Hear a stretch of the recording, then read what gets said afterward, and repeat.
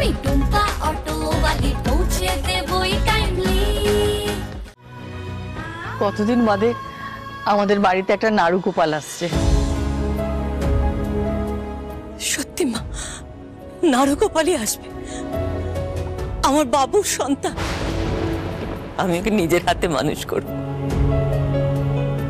বাবু তো একটু বড় হতে না হতে আমাকে ছেড়ে চলে গেছিল। আমি ওকে কোথাও যেতে দেব না, একদম আমার নিজের কাছে আগলে রেখে আমি ওকে ঠিক মানুষ করব, আমার বাবু সন্তান। মা, মা মনে আছে মা, বাবু যখন প্রথম হামাগুড়ি দিতে শিখলো, আমি ছুটে গিয়েছিলাম আপনার কাছে, গিয়ে দেখিয়েছিলাম বাবু হামাগুড়ি দিচ্ছে। আর যখন ও হাঁটতে শিখেছে, আমি তোকে কোল থেকেই নামাতাম না, পাছে পড়ে যায়, ব্যথা পায়। আপনি আমায় কি ধমক দিয়েছিলেন, বলেছিলেন আরে বাবা সব বাচ্চাই তো ওভাবে হাঁটতে শেখে।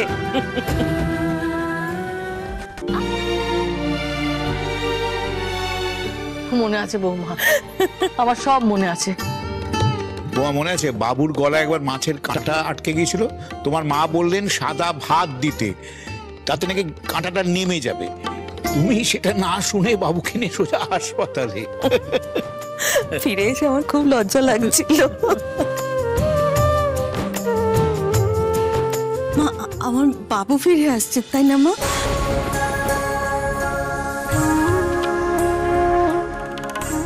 হ্যাঁ মা, তাই হবে মা। বাবু তো আমাকে ছেড়ে থাকতে পারে না বেশিক্ষণ। ওই আসছে মা, আমি বলছি আমার বাবুই আবার ফিরে আসছে। আমি না একটু হসপিটালে গিয়ে দিদির সঙ্গে দেখা করে আসি। হ্যাঁ, দিদি খুব খুশি হবে। আমি যাই। আমি দাঁড়াও, কোথায় যাচ্ছ তুমি? হসপিটালে দিদির কাছে। মিষ্টিমা,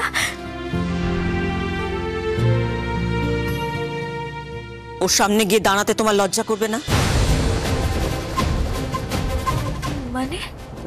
মানে তোমার জন্য অনুরাধা তার স্বামীকে হারিয়েছে। শোনো, আমি চাই না অনুরাধা আর বাবুর সন্তানের ওপর তোমার কোনো ছায়া পড়ুক। এটা কি বলছো তুমি জেম্মা? এই সময় বড় বৌদির পাশে ছোট বৌদির থাকা দরকার। চুপ কর নেহা। না দাদা, আমি আর চুপ করে থাকতে পারবো না। তুই হয়তো চুপ করে থাকতে পারিস, যেটা সত্যি আমি সেটাই বলবো। ছোট বৌদির সঙ্গে কেউ যাক বা না যাক, আমি ছোট বৌদিকে নিয়ে যাব। নেহা তুমি চুপ করো। কেউ যখন চাইছে না যে আমি দিদির সঙ্গে গিয়ে দেখা করি, তাহলে আমি করবো না। কিন্তু তুমি আর ঝামেলা করো না নেহা। না ছোট বৌদি, প্লিজ তুমি আমায় ক্ষমা করো। আমি আর চুপ করে থাকতে পারবো না। যে মানুষটা এই বাড়িতে আসার পর থেকে শুধুমাত্র এ বাড়ির ভালো ভেবেছে, এ বাড়ির প্রত্যেকটা মানুষ কিভাবে ভালো থাকবে সেটার চেষ্টা করে গেছে, আজ সেই মানুষটার অসময় তার সাথে আমি ছাড়তে পারবো না। কেউ তোমাকে নিয়ে যাক বা না যাক, আমি তোমাকে বড় বৌদির কাছে নিয়ে যাব। ছোট বৌদি চলো।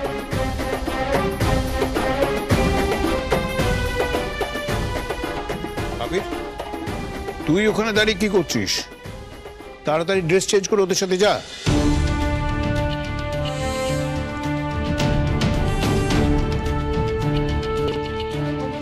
দাঁড়া আবির,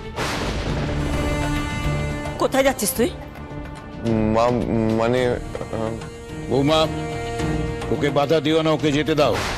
হসপিটালে কি পরিস্থিতি আমরা কেউ জানি না, ওখানে কোনো সমস্যা হলে আবির সামলে নেবে।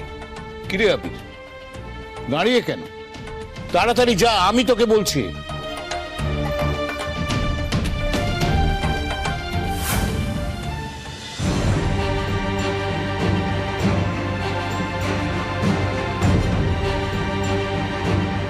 কি হলো, কোথায় যাচ্ছিস তোরা? হসপিটালে। নেহা এসো। সব ঠিক আছে তো? এত প্রশ্ন করছো কেন? আমি আর ছোট বৌদি হসপিটালে আছি। আসলে বড় বৌদি প্রেগন্যান্ট।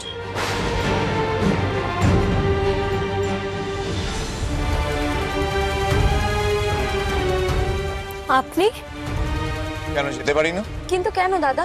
এরকম পরিস্থিতিতে অনুরাধার সঙ্গে বাড়ির কাউকে না কাউকে দেখা করতে যাওয়াটা উচিত। আমি আর ছোট বৌদি তো যাচ্ছিলাম। তাও তুই কি আমাদের সন্দেহ করছিস দাদা?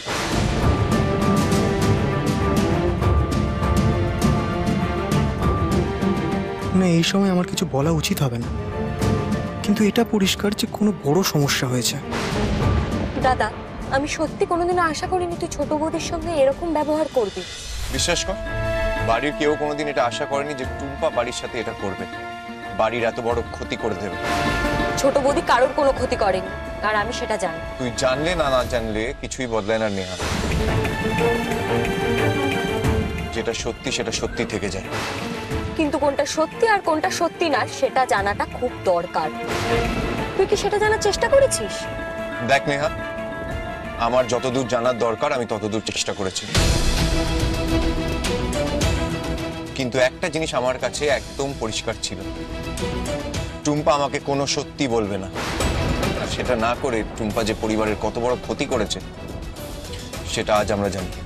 আবির বাবু, আপনারা আমাকে আর কত দোষ দেবেন?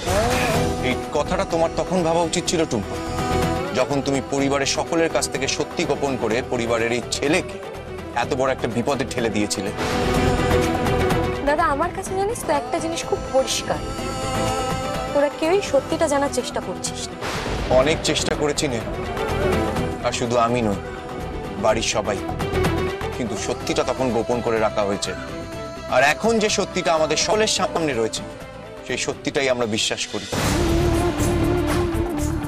আবির বাবু, আপনারা আমাকে ভুল ভাবছেন, আমি এখনো বলছি। এখন তুমি কি বলছো না বলছো সেটা আমাদের কাছে আর গুরুত্ব রাখে না টুম্পা।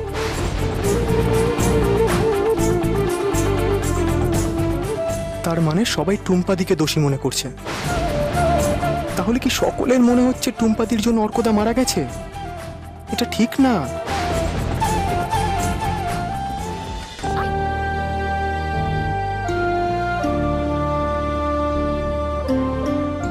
পম্পা, পম্পা,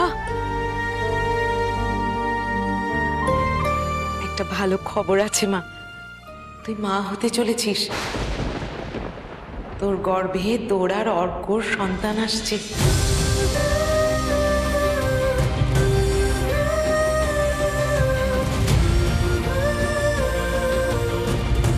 কে রে, কাঁদছিস কেন? সুখের কান্না সোনালি, আনন্দের কান্না। আনন্দের? কিসের আনন্দ মামি?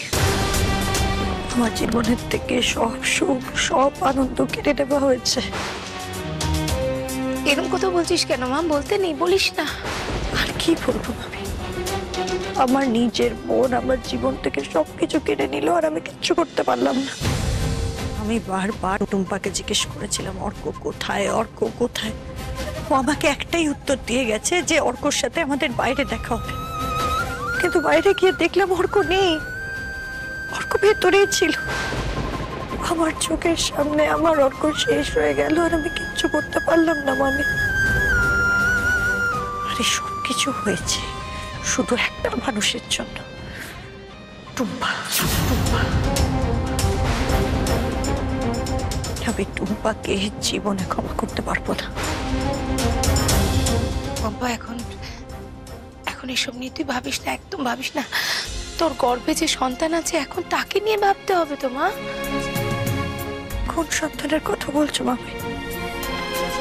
যে এই পৃথিবীতে আসার আগে নিজের বাবাকে হারিয়ে ফেললো। ছোটবেলার থেকে টুম্পা আমার কাছ থেকে অনেক কিছু কেড়ে নিয়েছে। আমি ওপরে রাগ করেছি, অভিমান করেছি, কিন্তু আমি ওকে ক্ষমা করে দিয়েছি। কিন্তু এইবার টুম্পা আমার কাছ থেকে শুধু আমার জীবন কেড়ে নেয়নি মামি, আমার সন্তানের কাছ থেকে তার বাবাকে কেড়ে নিয়েছে। আর এর শাস্তি টুম্পাকে পেতে হবে। এইবার আমায় কেউ আটকাতে পারবে না মামি। টুম্পাকে আমি শেষ করে দেব। প্রতিশোধ আমি তুলবই, আর এই প্রতিশোধ তোলার অধিকার আমার আছে। কারণ এই প্রতিশোধ শুধু আমার নয়, আমার গর্ভে যে সন্তান আছে তার প্রতিশোধ। পম্পাকে শেষ না করে দেওয়া অবধি আমি শান্তি পাবো না। পম্পা এরকম বলতে নেই মা, বলিস না।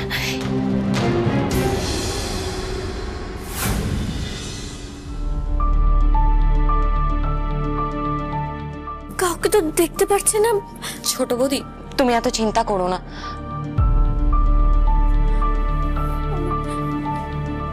হয়তো মা, মা দিদি কেমন আছে? সেটা জেনে তোর কি লাভ?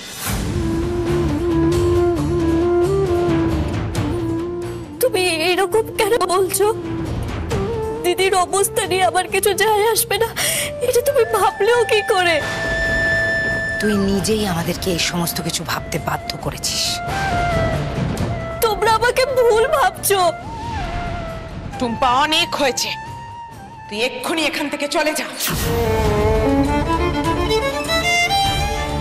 তোমরা প্লিজ এরকম করো না। তোমরা সবাই মিলে যদি ছোট বৌদির সঙ্গে এরকম করো, তাহলে আমার ছোট বৌদি কি করবে? সত্যি কথা বলতে আমাদের আর কিছু যায় আসে না। যে মেয়েটার জন্য আমাদের পুরো পরিবারটা একেবারে ঘেঁটে গেল, সেই মেয়েটাকে নিয়ে আমরা আর ভাবতে পারছি না।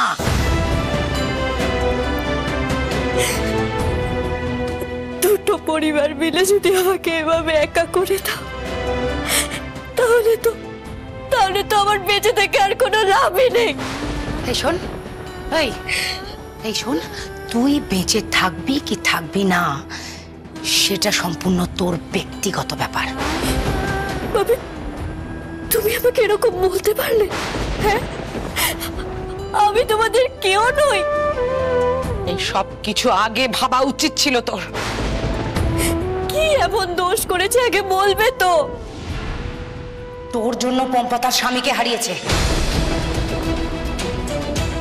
তারপরে তুই কোন অধিকারে আমাদেরকে এই প্রশ্নটা করছিস? হ্যাঁ, তোমরা সবাই মিলে আমার ছোট বৌদিকে দোষ দিয়ে যাচ্ছ, কিন্তু একটা কথা ভেবে দেখেছো?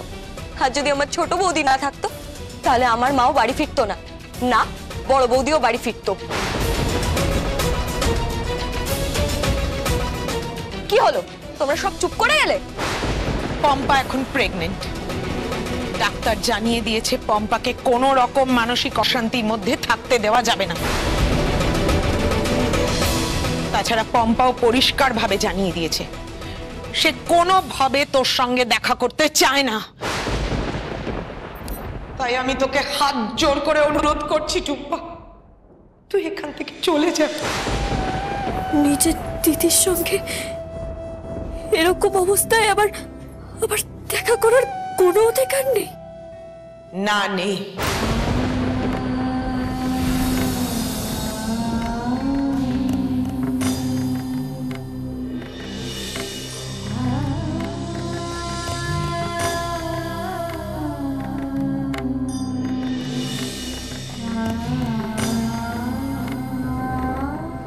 অনুরাধার সঙ্গে একটু দেখা করা যাবে প্লিজ? নিশ্চয়ই।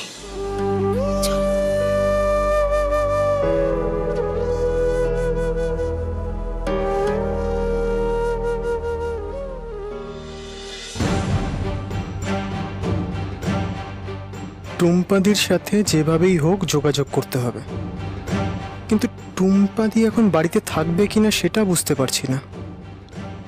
একবার চেষ্টা করে দেখা উচিত।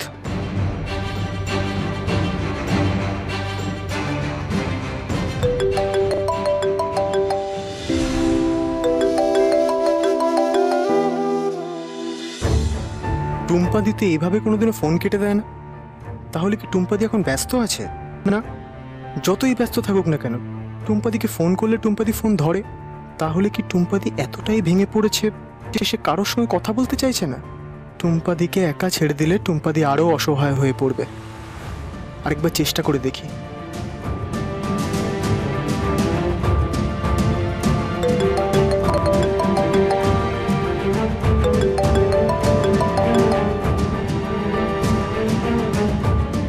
কি হয়েছে বাবলু, বারবার কেন ফোন করছিস? হ্যাঁ টুম্পাদি, কি হয়েছে তোর?